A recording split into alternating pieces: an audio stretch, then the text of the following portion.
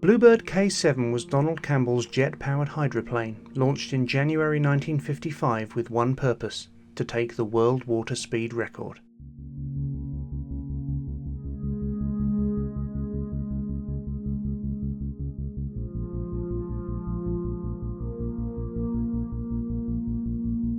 The name Bluebird had become synonymous with record-breaking during the 1920s and 30s, following the exploits of Donald's father, Sir Malcolm Campbell, in a succession of Bluebird cars and watercraft that successfully broke many world speed records.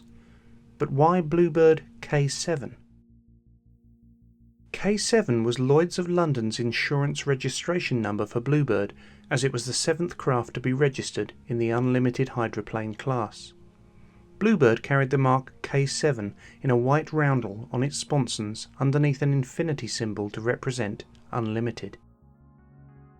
Despite John Cobb's fatal accident in his own jet hydroplane Crusader during a record attempt on Loch Ness in September 1952, it was clear to Donald that using jet power provided the way forward for his next water record attempt. Brothers Ken and Lou Norris were commissioned to design a three-point hydroplane to be powered by a turbojet engine. Work on Bluebird K7 began in 1952 and would eventually take nearly 3 years to complete, at a total cost of £25,000. In 2019, that's approximately £630,000.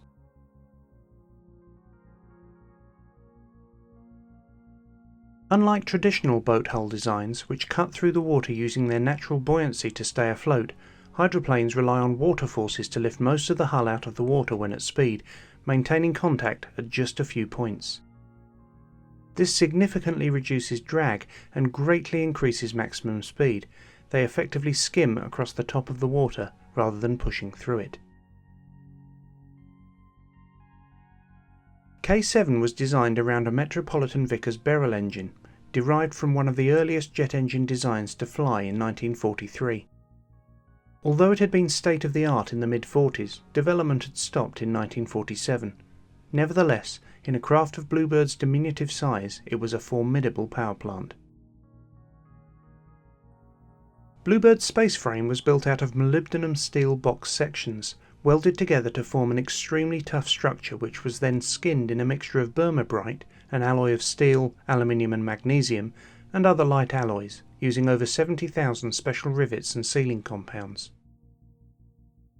The 3 points of the hydroplane that contacted the water when Bluebird was at speed, called the planing shoes, were each machined from a large piece of aluminium with razor-sharp stabilising fins made of stainless steel. The cockpit was a pretty simple affair. The throttle was a pedal on the floor, and the dashboard had only a steering wheel, a couple of watches for timing, an auxiliary hand throttle, and a ship-to-shore radio. There was one final item. Donald St. Christopher's medallion was fixed to the dashboard for good luck. Once completed, Bluebird's all-up weight was around 2.5 tons, or 2,270 kilos.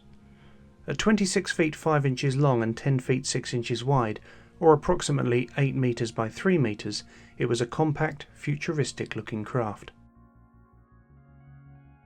K7's design speed was 250 miles per hour. Whilst that was well in excess of the water speed record at the time of 178 miles per hour, it was perhaps inevitable that Bluebird would eventually run much faster than that. When Bluebird was unveiled to the world's press on Friday, November the 26th, 1954, Campbell announced his intention to return the world water speed record to Britain, with well-known British industrial giants of the day such as Lucas, Dunlop and Castrol all pledging their support. Campbell went to Ullswater in the Lake District in early 1955 to begin trials with Bluebird. Top speed on the first run was only 15 miles per hour, but things gradually improved over the next month as the team made adjustments at the lakeside before returning to the workshop to make bigger changes. All of this took time, and it was June before the modified Bluebird returned to Ullswater. This time Bluebird performed far better, and by July the 23rd the team was ready to go for the world water speed record, which at that time was held by American Stanley Sayers at 178 miles per hour. World speed record rules say that 2 passes have to be made through a measured course, one in each direction, within 1 hour. Campbell's first run with Bluebird at full throttle was 215.1 miles per hour, and after 20 minutes turnaround he returned at 189.6 miles per hour. The average of the two runs meant that Donald had at last realised his ambition to be the fastest man on water, with a new record of 202.32 miles per hour. In October 1955, the Bluebird team travelled to Lake Mead in the US to take part in both a race and a record attempt. Donald stood to make a lot of money out of the TV deal, with Mobil Oil bankrolling the venture. The first test run in front of the US TV cameras didn't go too well. High winds and choppy conditions meant that Bluebird felt unstable and led to water getting into the engine. Eventually, the jet flamed out on the way to the jetty, and the amount of water she had taken on meant that just 130 feet or 40 metres from the shore, Bluebird sank to the bottom of Lake Mead. Divers quickly located the hull and K7 was back on dry land by nightfall. By mid-November, Bluebird was back on Lake Mead, and although the much-vaunted race on the lake never took place, Campbell raised the record to 216.2 miles per hour. By 1957, Donald and Bluebird K7 had raised the record to 239 miles per hour. Along the way, Bluebird was much modified, with the addition of a jet fighter-style bubble canopy over the cockpit and a small tail fin, the most obvious alterations. The fin was originally added to house a braking parachute, but the chute was abandoned once testing showed it got too wet to work properly. Two more visits to Coniston Water in late 1958 and early 1959 raised the record to 260.35 miles per hour, and despite, or perhaps because of, his run of record-breaking success, Donald turned his attention to land speed record-breaking for the next few years. In the meantime, K7 was relegated to a museum. On July 17, 1964, Donald Campbell succeeded in lifting the world land speed record to 403.1 miles per hour on the dry lake bed of Lake Eyre in Australia in Bluebird's CN7, his turbine-powered car. Campbell now saw a chance to perform a unique double, to break both the land and water speed records in the same year, and so Bluebird K7 was shipped out to Australia and made ready. The challenge of breaking both records in 1964 went right down to the wire. Having finally abandoned any hope of a decent run due to the weather, Donald was already heading back to Perth when conditions on the lake suddenly improved. He immediately returned, and on December 31, 1964, he raised the world water speed record to 276.3 miles per hour, taking the unique double speed record. Campbell renewed his interest in becoming the first to 300 miles per hour on water in late 1965, and by mid-1966 he'd managed to buy a Nat jet aircraft complete with engine for £200 from the Ministry of Defence. The Bristol Siddeley Orpheus was a lighter and more powerful engine than K7's old Beryl unit, and was transplanted into a heavily revised Bluebird. The tail fin from the aircraft was grafted onto Bluebird's back, improving stability whilst at the same time adding a futuristic look to K7's familiar shape. A water brake was added to help with slowing after the measured mile, a useful addition since Bluebird's ever-increasing speed would limit where she could be used unless some means of slowing down after each run could be found.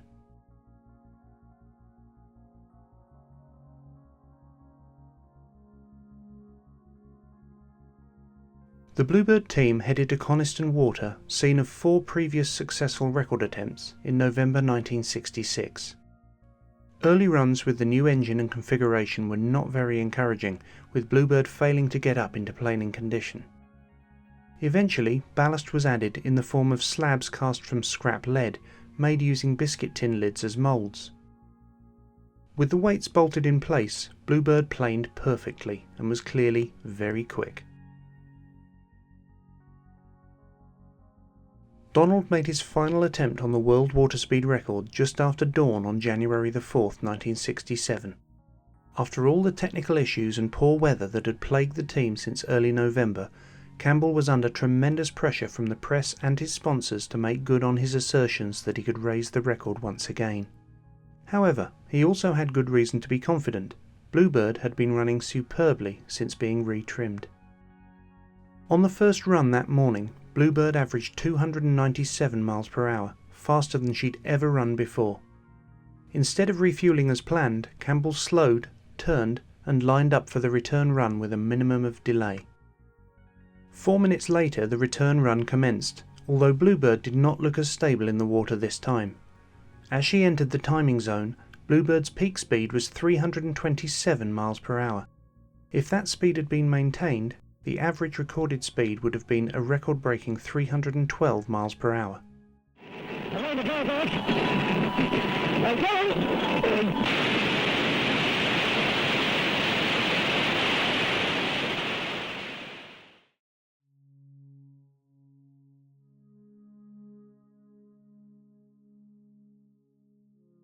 Contrary to popular belief, Bluebird's final resting place was not a mystery, as wreckage was quickly located the next day by Navy divers.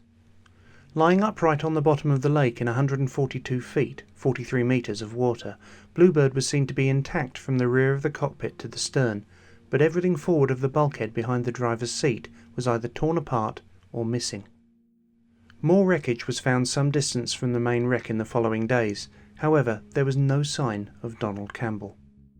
The local police checked the lakeshore daily for the next 3 months, but Campbell was nowhere to be found.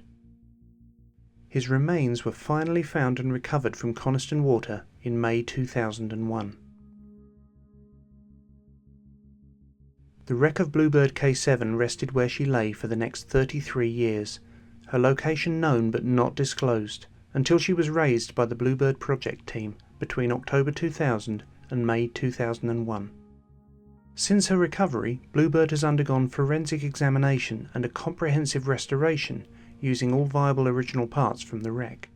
The full story of the lengthy restoration is documented on the Bluebird Project's website. In August 2018, K7 finally took to the water again for trials at Loch Fad on the Isle of Bute in Scotland, to give the Bluebird project team a chance to learn how to transport, launch and run her.